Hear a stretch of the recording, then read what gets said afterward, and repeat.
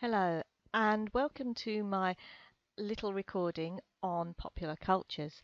This is very relevant for students on MECS 2031 Popular Cultures module here at the University of Worcester. And I'm just going to highlight 6 definitions of popular culture. These are not totally exclusive, so there are other definitions and there are other interpretations, and also you might argue against some of these definitions as well. So there are criticisms of them, but I'm just going to lay them before you now. So the first definition I'm going to highlight is that popular culture is something that's well liked by many people. So this could be something that's defined by sales, box office hits, it could be audience ratings. So it's simply culture that's well liked. Another definition is that popular culture is anything that's not high culture. So it's what's left over, if you like, after deciding what is high culture. And some people argue that to be culturally worthwhile, it has to be difficult. So this notion of high culture has been difficult to understand. Some people suggest that the popular culture, by contrast, is mass produced, it's commercial. And actually, those divisions, though, are not fixed. So, for example, Shakespeare now may be seen as high culture. His work at the time was part of popular theatre.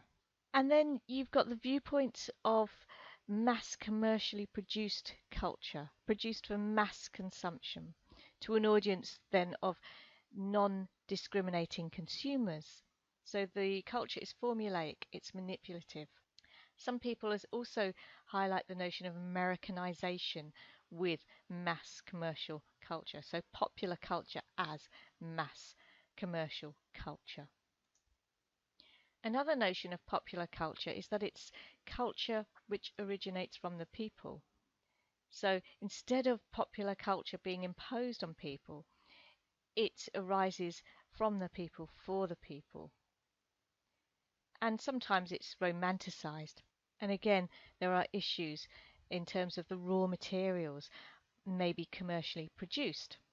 Some ideas highlight the struggle between subordinate and dominant groups and suggest that popular culture and popular cultural texts are the sites of resistance and struggle.